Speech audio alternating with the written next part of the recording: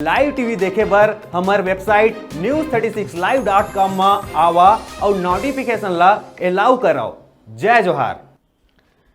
प्रगतिशील छत्तीसगढ़ सतनामी समाज द्वारा विराट कवि सम्मेलन में प्रदेश और देश भर के कवि, रचनाकार और कलाकार मन छत्तीसगढ़ी बोली भाखा में कविता पाठ सुनाइन। कवि साधुराम अनंत, आकाशवाणी गायक घासीराम रात्रे, छंद रचनाकार सुखदेव सिंह, अहिलेश्वर डॉक्टर अनिल भटपहरी कविता, छंद और रचना सुनाई। आने आने प्रांत ले आए कवि रचनाकार मन के द्वारा 2013 ले ये विराट कवि सम्मेलन हुआ थे। ये कार्यक्रम गिरौदपुरी धाम में फागुन पक्ष में 3 दिन के भव्य मेला हुआ थे, जेमा लाखों श्रद्धालु मन के भीड़ लगे है।